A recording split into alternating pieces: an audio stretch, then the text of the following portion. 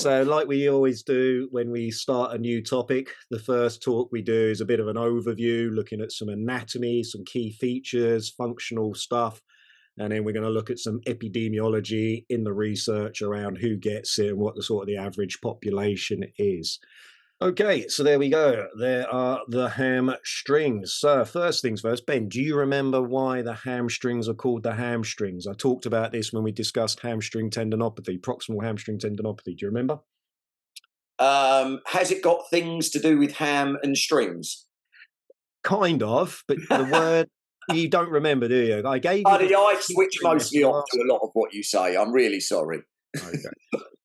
Well, again, a little bit of a history lesson about English language. The word ham, back in ye olde English times, back in ye olde Shakespearean times, refers to the back of the knee. So it's a word that was used to describe the back of the knee or the hollow behind the knee. And obviously, these muscles, the hamstrings, are behind the knee, in the back of the knee. And the other thing that used to be done with pigs by the butchers back in the old English times was they used to hang them up to cure and to dry after they'd been butchered. And the way they often used to hang them up was by using these big, strong tendons behind the pig's knee. So they used to use the ham strings. Boom, boom. No, And there we go. very We used good. to There you go. bring up pigs by the hams. Oh, a little bit of ye old knowledge. Yeah, a little bit of etymology or whatever the word is, the word of words, understanding where words come from. And so next time our listeners are on a first date and they want to impress a young lady or a young man and tell them something interesting, don't say that. No, yeah. Don't lead with stuff around anatomy. It normally doesn't go well on a first date. Or pain science. I always say if you're on a first date, never talk about pain science. Yeah, good points. All right, let's move on for a little bit of dating advice and let's have a quick review of the hamstrings. So fairly simple stuff. Obviously, the hamstring's made up of three main muscles. So we've got the biceps femoris, which is the most lateral of the hamstring groups. And that has two heads, the short head and the long head. So the short head is the only hamstring that doesn't cross the hip joints. That attaches onto the mid femur and the fibular head. And then obviously the long head does cross the hip joint. So it's biarticular like the rest of the hamstrings. And that attaches onto this big broad attachment on the ischial tuberosity, which is shared with the semimembranosus and the semitendinosus. So the semimembranosus is the most medial of our hamstrings, and then a semitendinosus is the one that sort of sits in the middle-ish, but it's still on the medial side. So again, they share similar attachments on the ischial tuberosity and then go down to the medial side of the knee. The semimembranosus connects on via to the medial tibial condyle, where the semitendinosus goes a lot further down and attaches onto the medial aspect of the tibia and has this very long, slim, broad tendon, which is why it's probably called tendinosis. Now, actions of the hamstrings, obviously, they are knee flexors, so they bend the knee and they also contribute to hip extension as well.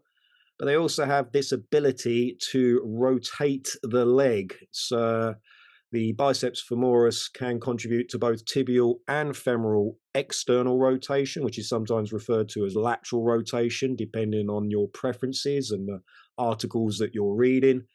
And to say whether it rotates the femur or the tibia depends on the angle of the knee. So if the knee is slightly bent or straight, it changes the origin of the muscle fibers and acts differently on the various different bones.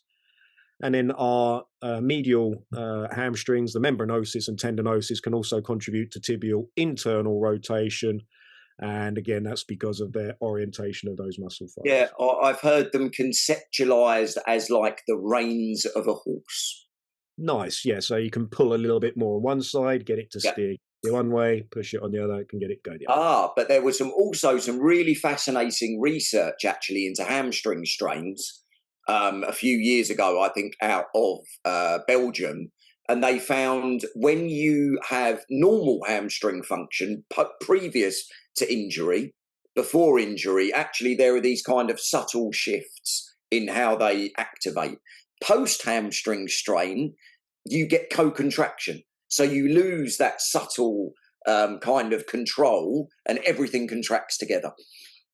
Interesting. So again, injuries can cause obviously some complicated motor control-ish type changes, not just about the architecture and the structure of the tissues. Yeah. Okay.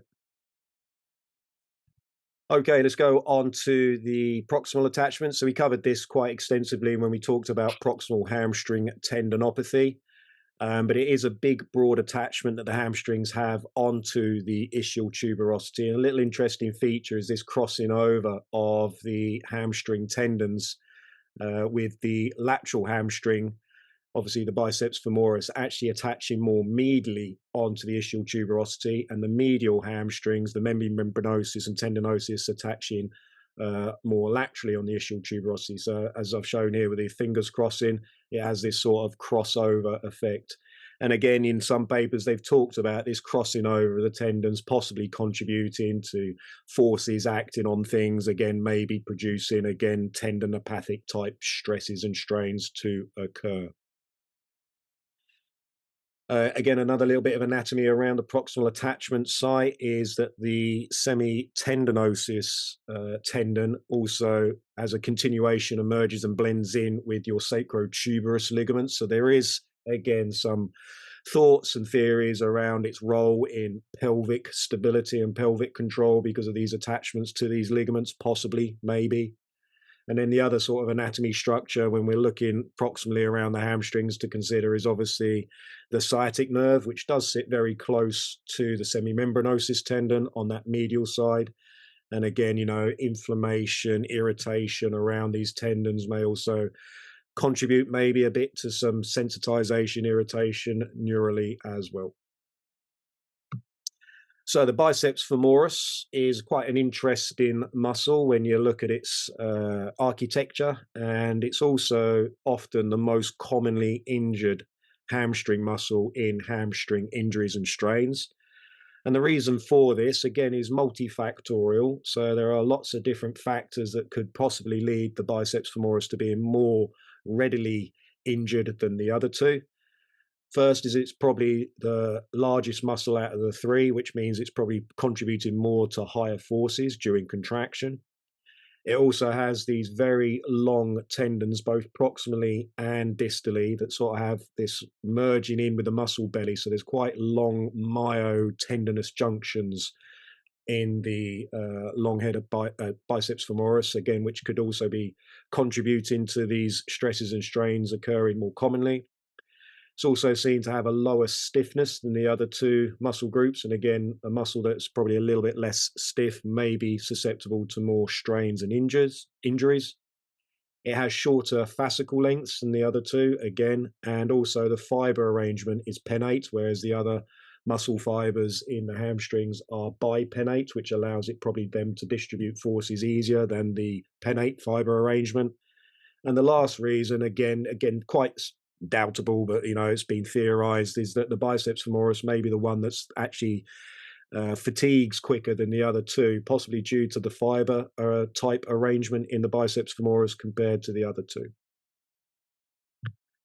And then you do also get hamstring injuries, obviously, in the other muscle groups as well. So although the biceps femoris is the most commonly affected one, you can get semitendinosus and semimembranosus hamstring strains, but they're not as common. You can also get not just acute muscle injuries in these muscle groups, you can also get tendinopathy, but this tends to be more distal rather than proximal. And this can sometimes occur more in sedentary older populations, again, for multiple factors and multiple reasons, possibly due to, again, long periods of compression or friction rubbing of the tendons across the medial condyle of the femur. It's also been seen to occur, not relatively common, but it can be a source of posterior medial knee pain after total knee replacements, again, because of the change in the anatomy and the pressure on the tendon. So again, there's lots of other reasons why hamstrings can sometimes be injured other than just explosive, eccentric, sprinting type movements as well. What we're going to do today is talk about the assessment process of somebody coming in with a hamstring injury. So, where should we start here, Ben? Where's a good place to start with hamstring assessments? Well, look, I think if you're, truly wanting to know about a hamstring injury, probably asking someone because believe me, they're going to tell you. Yeah. So this is probably going to be quite a simplish history, I think, from an assessment point of view. They are probably going to describe a clear mechanism of onset. And again, we're probably also going to guess that they've got a hamstring injury just by their age, their gender, and perhaps if they've had previous history of hamstring problems before as well. And obviously, how they describe that mechanism of hamstring posterior thigh pain, because we don't know it's definitely a hamstring yet, but there's not much else around the posterior. No, look, I don't think you're going to wake up in the morning and go, oh, I wonder where that came from. No, so the key thing here is there's often that very traumatic, sudden onset of pain. And, when it comes to hamstring injuries, I think we've got two types, and this is going on from the legend Carl Askelling's work, who sort of asked us to start thinking about hamstring injuries slightly differently instead of using the standard grade 1, grade 2, grade 3 categories. And he said, look at the mechanism of the injury of this hamstring. So the most common type is this explosive running type of hamstring injury. So somebody who is sprinting, changing direction, jumping, and they feel this, on this explosion, they feel this posterior thigh pain, really sharp, really aggressive, pulls them up, stops them from being able to carry on sprinting or running or carrying on at high speeds or high intensities. So this is probably the most common type, and he calls this type 1 hamstring injuries. So these are the explosive sprinting injuries. The key factor with these ones is they're normally more mid-thigh type pain. They can be very acutely painful in the initial stages. They can actually present sometimes more severely than the other type, the type 2s. But that doesn't mean they're going to get poorer prognoses. If anything, type 1s, these sprinting injuries, tend to get slightly quicker recovery processes than the other type, the type 2s, which are more the stretching, the overreaching type hamstring injuries. So these are people that are maybe, if they're playing football, they've gone in for a sliding tackle, they've overextended their posterior thigh musculature and got this more stretching at slower speeds, slightly lower intensities than the explosive sprinting group. But these only account for about 20% of hamstring injuries. So 80% are going to be more the explosive sprinting. The 20% are going to be the more slower, stretching, lengthening type of hamstring injuries. These are also seen in people like dancers, and they can also occur in individuals who just slip and trip and fall over, slipping on the bathroom floor. I had a lady in her mid-60s who got a very bad hamstring avulsion injury from exactly that. Wet floor, slipped out, almost did the splits as she describes it, and got this very severe hamstring injury. So it's not always sporting athletes this is going to occur into, but it is most commonly in explosive sports. Right then, so let's have a look at Ben, who is going to be our injured athlete. Oh, ow. Well, I just wanted to highlight, actually, my hamstrings are so tight, I think it's actually protective of injury. They're like coiled springs. I haven't got enough range to get injured. Well, actually, funny enough, range of movement hasn't been seen to be an independent risk factor for hamstring injury. So you would mean reduced range of movement? Whether you got over excessive movement, you got under excessive range of whatever that term is, whether you got reduced range of movement, more range of movement, it hasn't been seen to be an independent risk factor for hamstring injury. What has done, however, is eccentric strength. Right. So eccentric strength has been seen to be a predictive possible risk factor for hamstring injury. So it's probably more about strength than range of movement. So you can have tight hamstrings, but if they're incredibly strong, you're probably going to say be protected. Good. Anyway, so let's talk about our initial examination when somebody has a hamstring strain. So the first thing we want to do is just see how they walk into the room. Are they able to walk relatively comfortably? Or are they doing like Ben is here, holding onto the back of their thigh, wincing and grimacing every time they put their foot down on the ground? Again, that's just going to give us that little clue that perhaps it's a bit more of a severe injury. And we could also, perhaps if we wanted to, before we get them on the bed, maybe save it for afterwards, is get them on the treadmill and see how they feel. If they can walk comfortably, can they do a light jog comfortably? Although if someone walks in like this, they ain't going to get on the treadmill. The value of getting on the treadmill is probably quite low because, again, you're not going to irritate them in the early stage. Exactly. All right, so the next thing we want to do is obviously strip them down, have a look and say, see if there's any bruising, ecchymosis around there. Ben forgot to bring his shorts. So I did. We're going to sorry. assume that maybe we've had a look and there's a little bit of light bruising in the middle belly of the hamstring. Ben's told us that he was sprinting down the road trying to get fit, and that's how he pulled his hamstring. So we're thinking it's this classic type 1 sprinting type hamstring pull, mid-belly. These often tend to be more towards the towards the medial side, so more the semimembranosus. The biceps femoris normally feels more painful on the stretching ones, so they tend to be more lateral type injuries. Yeah, and also just asking the person to point. Yeah. That's always the classic, I think. Where does it hurt the most? And if they're a bit higher, then you might think, going to check up there. If they're a bit lower, then you're going to think that belly of the muscle type of thing. Yeah, so again, palpation can be useful here. So obviously get the patient lying prone, obviously to gain access to hamstrings. And then all you're going to do is have a little palpate around there. I normally, again, start proximal on the ischial tuberosity first. Down, Okay, just have a feel around there. Is there any sensitivity when you dig your thumb in around that bony prominence? Yes or no? No, if there isn't, then track down the hamstrings.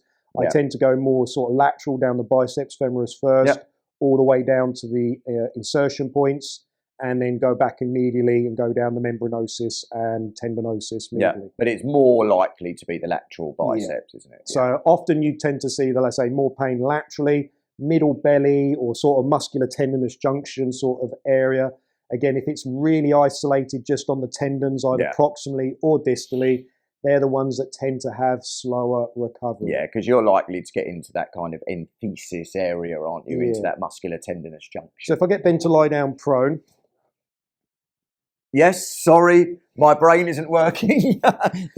My other back. That's what I always say to patients. One of my lie on your back, your other back. Always happens. Anyway, so again, I think when you're assessing the hamstrings from a palpation point of view, it is nice to perhaps start them with the knee in flexion a little bit. So that just takes the pressure off the hamstring, and then you palpate. Ow! In that little bit of a knee flex position. And then say if you haven't found any major sore spots, which you normally do, then you put them in the full extension position. But sometimes for some hamstring injuries, this position on its own might be uncomfortable and provocative. Yeah, having the hamstring outstretched. But as I said, the more the pain is down towards these tendons, down towards the knee, or the more it is up in the ischial tuberosity, that is that little possible prognostic sign to say a slower recovery. If it's in this middle portion, muscular tendinous junction portion, they're the ones that often tend to have a better recovery period. Right, next thing we want to do is check some range of movement and strength. And the ways that we can do that is with a simple couple of tests where we can ask the patient to try to extend his hamstrings as far as he can. So I'm now going to ask Ben to lie on his other back. On my other back. Very good. And the first one I'm going to ask him to do, again, we could do passive and active straight leg raises. I normally with hamstring injuries, ask them to do an active straight leg raise first. So that gives me an idea of what they can tolerate first on their own. I'm at the end. And again, normally with a hamstring strain, they will feel like they can't go into the knee extension. They'll want to keep the knee slightly bent to take that pressure off. And they may feel like they can get to that about 45, 50-ish degree range. And then we're just going to take that passively. And again, and normally passive movement is going to feel restricted roughly around the same sort of level as the active restriction was as well. So we just see again what that range of movement is looking like. Remember, always compare it to the uninjured side as well to get a rough baseline of what we're looking to try and get the person back to. How much deficit is there or isn't there? The other thing to ask the patient to do here, another nice little test, this again comes from Carl Asklin's work. He asks them to hold the back of their knee with their hands. That's it, the knee fully flexed as much as they can. And then he asks them to straighten their foot up to the ceiling. Yeah. And again, we're going to see the angle that they can achieve from a pain tolerance point of view. Now, this can also be a useful sort of return to play test. Once you've had this period of rehabilitation and time, is ask them to do this explosively. This is a great confidence tester. I think I may have just strained my hamstring. Yeah, for a hamstring injury, it's a great way to determine how robust and confident that hamstring feels after it's had an injury. If your player can't do 5 rapid flicks like this without any sensations of pain or feeling like they're not going 100% compared to their other leg, they're not fit for return to play. So it's a nice little assessment for confidence and ability.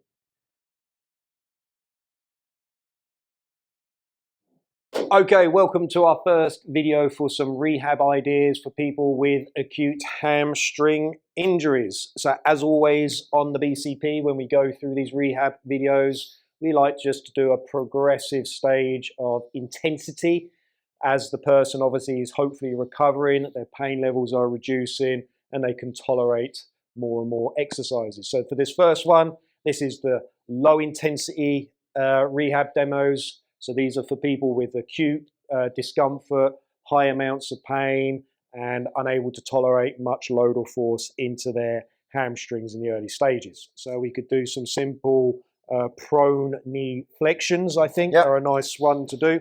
So you just want me to? Well, that's not actually prone. But oh yeah, for God's sake. Oh, you mean my other back? The other back, yeah. Yes. Basic anatomy 101, prone and supine. Every therapist is going to look at that and be like, this is my day. It happens all the time. Yeah, exactly. So some simple, say, belly lying, okay, lying on the belly instead of using prone, just so I don't confuse Ben anymore. No, I know. I'm ultimately very simple. Yeah, some simple knee flexion exercises from this position here, very low intensity. The patient's in control as to how quick they do or don't do it and what range of movement they do it through as well. So just some simple sliding up and down. And again, the beauty with this, it's low resistance or hardly any resistance here. And again, they're just sliding that foot backwards and forwards into as much range as they feel able to tolerate. And again, just very easy, low intensity stuff. And as I say, they either just find that angle that feels relatively comfortable for them, and they just push that heel in isometrically into the floor, holding it there for a few seconds, or they can block it with their other toe on the back of their foot as if they are trying to take that shoe off, and again, just try to contract isometrically. All right, so again, one of the things that we could do is just use some basic hip circles and get it up into that higher position, which is going to be probably a little bit more provocative. Again, you could do that if you wanted to be fancy with slightly varying angles of knee extension and knee flexion. The other one we can get into is a little bit of basic stretching. Again, the test is the exercise is the test. Going back to the assessment stuff, could I just give a little bit of rotation? Remember the hamstrings, you have that rotational aspect. That's why you have medial and that's why you have lateral.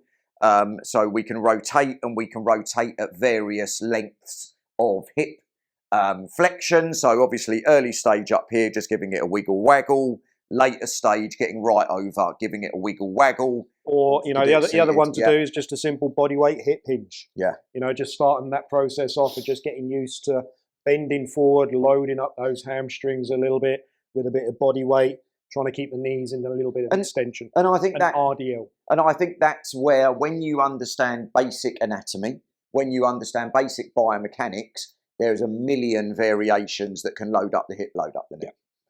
Okay, welcome to stage 2 of some rehab ideas for people with hamstring injuries. So we're going to ask Ben just to bend his knees to about 20 or 30 degrees, probably even less than that. That's about 45. So come up the bed even more.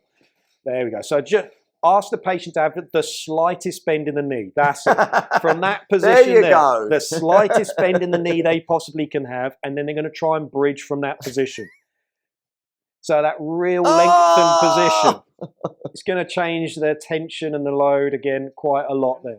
So the injured leg is in front. You've got 90% of the load on that front leg. This back leg is up on the toes, just there for balance and stabilization. And then you're going to ask them to imagine that they're diving off the edge of a swimming pool. So they have to reach forward. Now, when most people dive, they don't have their head up like that. But I'm scared. So what we want them to do is try and really reach forward as far as they can and see if they can get that lengthening through that hamstring. Maybe that's why my diving isn't very good. We can progress that by asking that foot to then come off the floor and ask them again. They'll probably need some stabilization by now trying to do it in a single leg position, getting that leg up higher as well and coming back up. So a single leg now, RDL. Kind of lunge with a reach. Love a lunge. Yeah, so lunge with a reach. The momentum forward is going to get a bit more of that translatory effect rather than just a rotational effect, giving me a bit of shear as well as roll. and just driving in there, and you can really feel that Bit of starting sheer to... butter. Yes, bit of sheer butter. Could you do it without putting the foot down? Because that's really going to get a fucking drive going, you know? Again, could I create a bit of internal rotation, bias a bit of the bicep? Could I create a bit of external rotation, biasing a bit of the medial hamstring as well? Okay, welcome back to this third and final video on rehab ideas for hamstring injuries, and this is the really end stage, high intensity stuff. So we are talking stuff at rapid speeds now and with high eccentric loads. Get their hands ready to absorb their body weight, and they're just going to hold this for as long as they can. Ben's going to try and push my feet down into the ground, pushing quite hard and resisting it. I am just going to fall forward, flat onto my face, reset myself for rep number 2. So I'm just trying to hold that eccentric braking force for as long as I possibly can, and then absorbing it, holding on. Right, another quite high intensity one is the old Carl Asklin glider or slider. I can't remember if it's the glider or slider, it doesn't really matter. So the idea with this one is the injured leg is the one that is digging in onto the front with the heel. You've got most weight here. The non-injured leg is the one that's sliding back. So you're keeping this slight bend of the knee, loading up the hamstring, trying to slide that back as far as you can, getting that load eccentrically into the hamstring, and then you've got to try and pull yourself all the way back up again. Again, it's not a balance exercise, so they can use a hand to stabilize on the table or a bench. But the key point is heel dug in, slight little bend of the knee, 10, 20 degrees, non-injured legs sliding back as far as they can, stretch and load, stretch and load, stretch and load. Ooh, baby. And it's that pull back in, motherfucker. That is the real hard part as well. So it's that slow eccentric load, and they are then trying to do the concentric phase as well.